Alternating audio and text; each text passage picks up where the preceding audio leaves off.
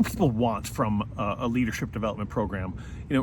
We've been wrestling with this question of what does world-class leadership development look like? And then can you bring that to an organization without the world-class budget? For years now, actually, for over a decade now, and we've been experimenting with a lot of different approaches. And there's an amazing lesson in this quick story.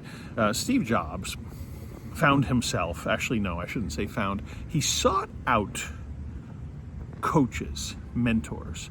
And what we find is that most people who change the world, you can almost say 100% of them seek out mentors or coaches.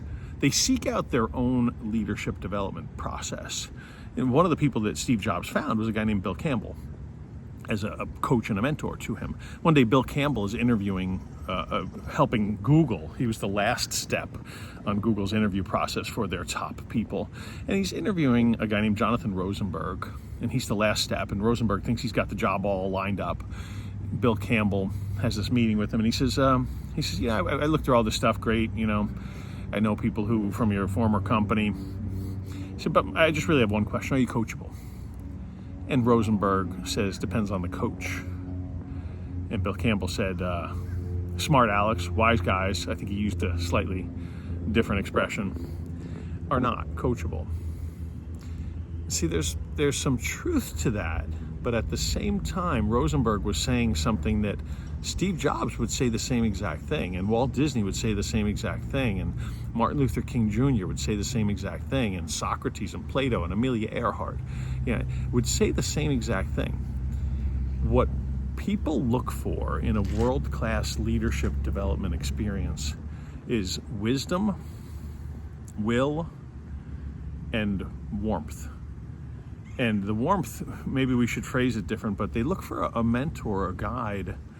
It could be a person, could be a process, could be several people, but that have wisdom and will. And that's what Steve Jobs was looking for in Bill Campbell. He's like, it depends on the person. I'm coachable, but I don't want coaching from someone whose advice doesn't contain a depth of wisdom, because bad advice is free and it's readily available.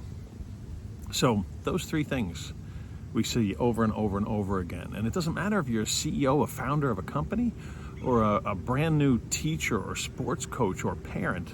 We want someone who has the wisdom and then the will to deliver that wisdom, the guts, the courage, the fortitude to deliver it. And then the warmth, meaning what I mean by that is they actually care. We can tell they actually care about us as an individual person.